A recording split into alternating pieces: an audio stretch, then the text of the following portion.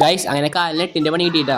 അങ്ങനെ കാല് ശരിയാവാൻ വേണ്ടിയിട്ട് ഡോക്ടർ പറഞ്ഞ സാധനങ്ങൾ വാങ്ങാൻ വന്നിട്ടാ മെഡിക്കൽ ഷോപ്പിക്ക്. നമുക്ക് ഈ സാധനം ചുറ്റാറിയാത്താറ് നമുക്ക് അവിടുത്തെ ചാട്ട് നമുക്ക് ചുറ്റി വന്നിട്ടാ. അത് കഴിഞ്ഞേ നമ്മൾ നേരെ കോളേജിലേക്ക് വിട്ടുട്ടാ. കോളേജിലേക്ക് കയറണമെങ്കിൽ ഈ ഐഡന്റി കാർഡ് ഇല്ലെങ്കിൽ കയറ്റില്ലാട്ടെ സെക്യൂരിറ്റി.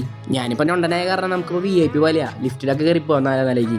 അങ്ങനെ നമ്മളെ ക്ലാസ്സിലേക്ക് എത്തിയിട്ടാ. കുറച്ച് നേരം പഠിക്കാന്ന് വെച്ചാൽ നമ്മൾ മിസ് പറഞ്ഞാൽ ശ്രദ്ധിച്ചോണ്ടിരിക്കാട്ടാ. അങ്ങനെ ക്ലാസ് ഒക്കെ ഉണ്ട്, നമ്മൾ പിള്ളേരൊക്കെ ഇറങ്ങിയിട്ടാ. ഇനി നമ്മൾ ടീച്ചറും പിള്ളേരൊക്കെ കൂടിയിട്ട് ഒരു സ്പെഷ്യൽ സ്ഥലത്തേക്ക് പോകാൻ നിൽക്കുക. ഗൈസ് അങ്ങനെ നമ്മൾ ആ സ്ഥലത്തേക്ക് പോകാനേ സെന്റ് തോമസിന്റെ പടക്കുതിരയിൽ കയറിന്നിട്ടാ.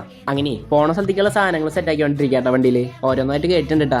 ഇപ്പൊ ഇനി വണ്ടിയിൽ ഇനി ആരും കയറാനില്ല, കയറാനുള്ള എല്ലാവരും കയറി. ഇപ്പൊ വണ്ടി എടുത്ത് നമ്മൾ പോവാൻ നിൽക്കാട്ടാ. ഗൈസ് ഇതാണ് അവസ്ഥ, കാലിന്റെ ഫുള്ള് കെട്ടിപ്പൊട്ടാണ്. ചൂടിന്റെ ശക്തി കാരണേ ഡിയോടെ വെന്തുരുക്കുണ്ടിട്ടാ. ഗൈസ് നമ്മളങ്ങനെ സ്ഥലത്ത് എത്തിയിട്ടാ. സാധനങ്ങളൊക്കെ വണ്ടി ഇറക്കിയിട്ടാ. ഗൈസ് നമ്മളിപ്പോൾ വന്നിക്കണേ ഒരു ഓൾഡ് ഏജ് ഹോമിലാണ്, 60 വയസ്സിന് മുകളിലുള്ള അമ്മമാരുടെ സ്ഥലത്തേക്ക്. അങ്ങനെ അവർ എന്റർടൈൻമെന്റ് ചെയ്യാൻ വേണ്ടിയിട്ട് ഞങ്ങളുടെ 2 പാട്ടും 2 ഡാൻസും ഉണ്ടായിരുന്നു കേട്ടോ. പറഞ്ഞത്തിൽ ഞാനുണ്ടായിരുന്നു. അമ്മമാരെ നമ്മുടെ പാട്ടും ഡാൻസൊക്കെ ആസ്വദിക്കുന്നുണ്ടായിരുന്നു കേട്ടോ.